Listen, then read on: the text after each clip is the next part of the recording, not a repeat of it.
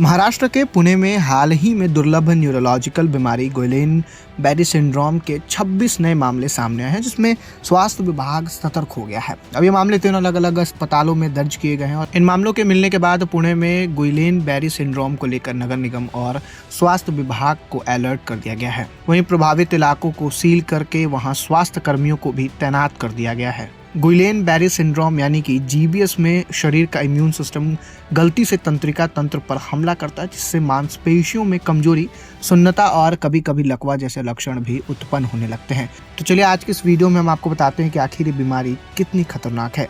नमस्कार, मैं आशुतोष उपाध्याय और आप बोल्ड स्काई हिंदी देख रहे हैं। गुइलेन बेरी सिंड्रोम यानी कि जीबीएस एक दुर्लभ और गंभीर ऑटो इम्यून डिसऑर्डर है, जिसमें शरीर की प्रतिरक्षा प्रणाली गलती से पेरिफेरल नर्व्स पर हमला करती है।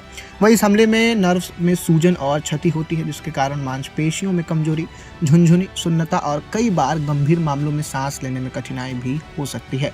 और अब इस बीमारी का सटीक कारण भी अभी तक ज्ञात नहीं है, लेकिन यह आमतौर पर किसी इन्फेक्शन जैसे वायरल या फिर बैक्टीरिया संक्रमण के बाद विकसित हो सकती है।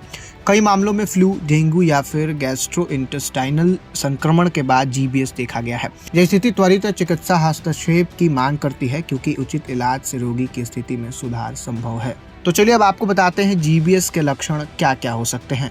गुइलेन बेरी सिंड्रोम के प्रमुख लक्षणों में मांसपेशियों में अचानक कमजोरी, खासकर पैरों और हाथों में झुनझुनी या फिर सुन्नता शामिल है।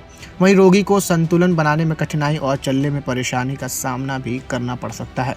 वहीं गंभीर मामलों में सांस लेने में दिक्कत, तेज दिल की धड़कन और ब्लड प्रेशर में बदलाव भी देखने को मिलते हैं। वहीं ये लक्षण तेजी से बढ़ सकते हैं, जिससे स्थिति गंभीर भी हो सकती है। वहीं समय पर उपचार से लक्षणों को नियंत्रित भी किया जा सकता है। तो चलिए अब जानते हैं आखिर गुइलेन बेरी सिंड्रोम का इलाज क्या हो सकता है। इम्यूनोग्लोबुलिन थेरेपी यह थेरेपी इम्यून सिस्टम को नियंत्रित करने में भी मदद करती है। वहीं दूसरा प्लाज्मा फेरेसिस, इसमें खून से हानिकारक एंटीबॉडी को हटाकर तंत्रिका तंत्र की क्षति को भी रोका जाता है। वहीं स्वच्छता का ध्यान रखना, यानी कि संक्रमण से बचने के लिए स्वच्छता पर भी विशेष ध्यान रखना बहुत जरूरी है। साथ ही सतर्कता बहुत जरूरी है और इसके साथ ही संक्रमण के बाद सावधानी, जिससे कि किसी भी संक्रमण के बाद शरीर में होने वाले बदलावों को नजरअंदाज नहीं करना चाहिए। फिलहाल इस वीडियो में इतना ही। आपको ये जानकारी कैसी लगी कमेंट बॉक्स में लिख के जरूर बताइएगा। धन्यवाद।